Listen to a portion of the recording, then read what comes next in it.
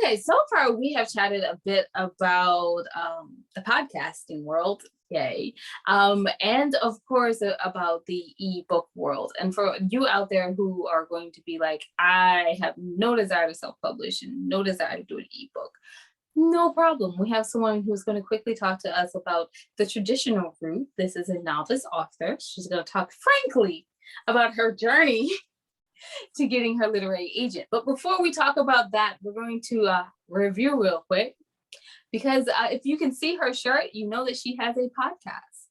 So Tonya, can you tell us a bit about starting your podcast? And then we'll get into the traditional journey you've taken.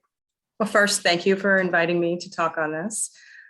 My podcast really came about because I met these really incredibly amazing ladies called the And I Thought Ladies. You may have heard of them. And last year during lockdown, they asked me to regularly co-host their show. And that was really fun. I got to meet a lot of interesting people in the entertainment world. Some of them were in the literary world, and it taught me to become comfortable interviewing people. And they were the ones who urged me to start my own podcast right around the same time that I got my literary agent. It all seemed to happen like the perfect storm. And they gave me tips. I spoke with another podcaster who's been doing it for years. And between them, I had all the advice I needed to get started. That's great. Can you tell us a few things that you did that were practical, a few of the tips that you actually took advantage of? Like maybe Well, starting on Anchor, because that posts the podcast to all of the available podcast places without you having to find them and upload them everywhere. It's very simple to use.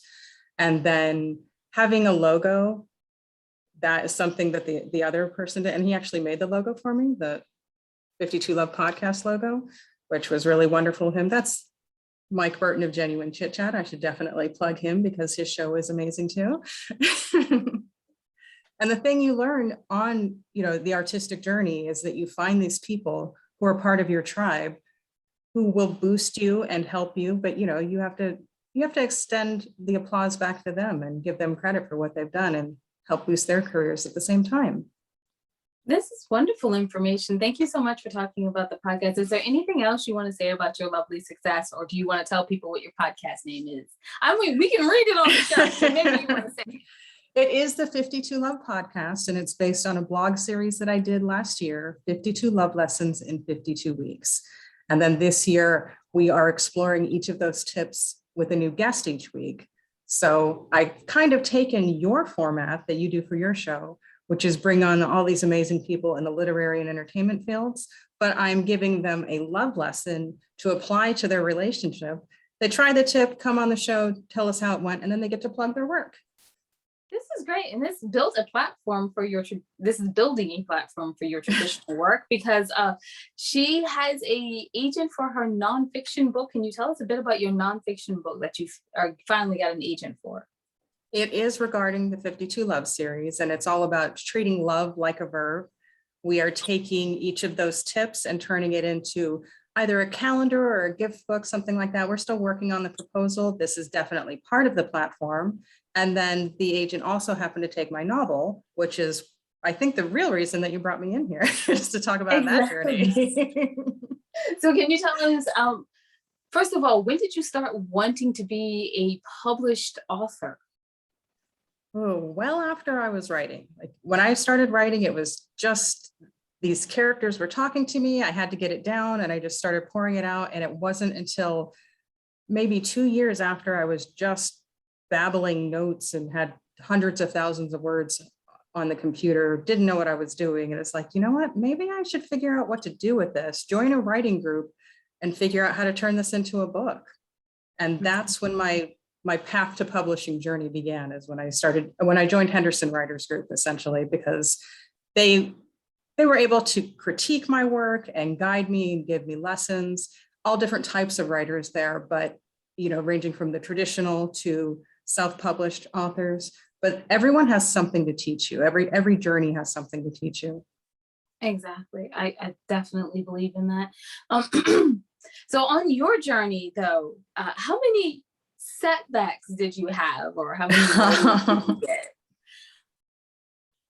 Setbacks, probably too many to count, but I had probably 160 no's for my manuscript.